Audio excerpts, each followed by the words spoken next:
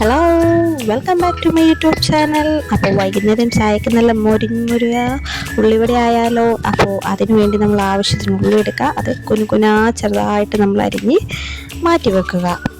അപ്പോൾ നല്ല ചെറുതായിട്ട് അരിയാൻ ശ്രദ്ധിക്കണം. അപ്പോൾ നല്ല ചെറുതായിട്ട് അരിഞ്ഞില്ലെങ്കിൽ എന്നാലേ നല്ല ക്രിസ്പി ഉള്ളിവട നിങ്ങൾക്ക് കിട്ടത്തുള്ളൂ. അപ്പോൾ ഏകദേശം ഇതിപ്പോൾ ഒരു 3-4 ഉള്ളിയുണ്ട്. അപ്പോൾ ഇനി അതിലോട്ട് നമുക്ക് വേണ്ടതെന്ന് വെച്ച് കഴിഞ്ഞാൽ കരിയാപ്പില, ഇഞ്ചി, പച്ചമുളക്.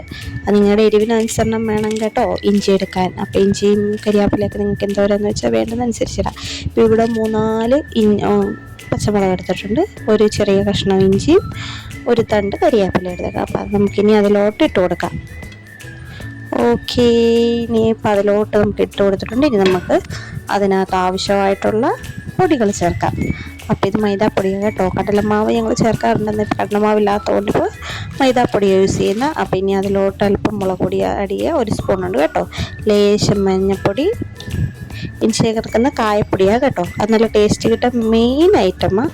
അതുപോലെ തന്നെ ഇച്ചിരി പെപ്പർ പൗഡർ കൂടി യൂസ് ചെയ്യണമെങ്കിൽ അത് ഓപ്ഷണലാണ്, നിങ്ങൾക്ക് വേണമെങ്കിൽ യൂസ് ചെയ്യുക. ഇട്ട് കഴിഞ്ഞാൽ നല്ല ഫ്ലേവറാണ്.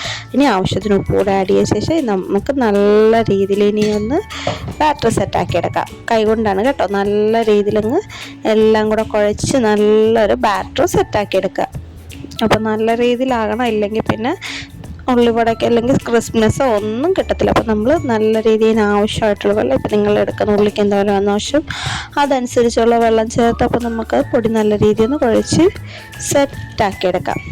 അപ്പോൾ ഇവിടെ ഏകദേശം പൊടി സെറ്റായിട്ടുണ്ട്. അപ്പോൾ ഇനി നമുക്ക് എണ്ണ തിളപ്പിക്കാൻ വെക്കാം. അപ്പോൾ എണ്ണ നമ്മൾ ഒഴിച്ച് വെച്ചിട്ടുണ്ട്, ഏകദേശം തിളക്കാൻ തുടങ്ങിയിട്ടുണ്ട്. അപ്പോൾ ഇനി നമുക്ക് അടുത്ത ഉള്ളിവടയുടെ സെക്ഷനിലോട്ട് നോക്കാം. ഇനി നമുക്ക് ചെറുതായിട്ട് പിടിച്ച് ആദ്യം നമ്മൾ ഇച്ചിരി വെള്ളം എടുത്ത് വെക്കണം നമ്മുടെ കൈ നനയ്ക്കാനായിട്ട്. ഇനി ഇച്ചിരി മാവ് എടുക്കുക, അത് നമ്മൾ ബോൾസായിട്ട് എടുത്തതിന് ശേഷം നമ്മുടെ കൈ കൊണ്ട് തന്നെ ചെറുതായിട്ട് പരത്തി ഉള്ളിവടയുടെ ഷേപ്പിലോട്ടാക്കുക. അപ്പോൾ നമ്മൾ നല്ല രീതിയിൽ ഷേപ്പിലോട്ട് പരത്തിയാക്കിയിട്ടുണ്ട്. അപ്പോൾ ഇച്ചിരി വെള്ളം തൊട്ട് നമ്മൾ നല്ല രീതി, അതായത് കട്ടി കൂടാതിരിക്കാൻ വേണ്ടി കേട്ടോ. അപ്പോൾ നല്ല രീതി നല്ല ഷേപ്പിലായിട്ടുണ്ട്. അപ്പോൾ ഇനി നമുക്ക് നമ്മുടെ എണ്ണ തിളച്ചിട്ടുണ്ട്. നമുക്കിനി അപ്പോൾ എണ്ണയിലോട്ട് ഇട്ട് കൊടുക്കാം. അപ്പോൾ ഓക്കെ, നമ്മുടെ ഉള്ളിവട ഏകദേശം 1 സൈഡ് ഒരു നല്ലോണം വെന്തിട്ടുണ്ട്. ഇനി നമുക്കതൊന്ന് തിരിച്ചിട്ട് കൊടുക്കാം.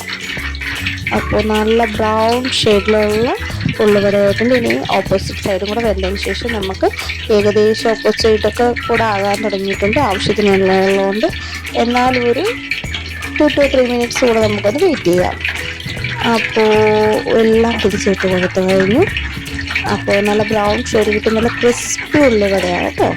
അപ്പോൾ ഏകദേശം ആയിട്ടുണ്ട്. അപ്പോൾ നമുക്കിനി അത് വേറൊരു പ്ലേറ്റിലോട്ട് സെർവ് ചെയ്യാം. ഓക്കെ, അപ്പോൾ നമ്മളടുത്ത് അത് എണ്ണയിൽ നിന്ന് നമ്മൾ എടുക്കുക കേട്ടോ. അപ്പോൾ എണ്ണയിൽ നിന്നൊക്കെ എടുത്തപ്പോൾ നല്ല രീതി അതിൻ്റെ ഓയിലൊക്കെ കളഞ്ഞ് നമ്മൾ നല്ല രീതി കോരിയെടുത്തിട്ടുണ്ട്. ഓക്കെ, അപ്പോൾ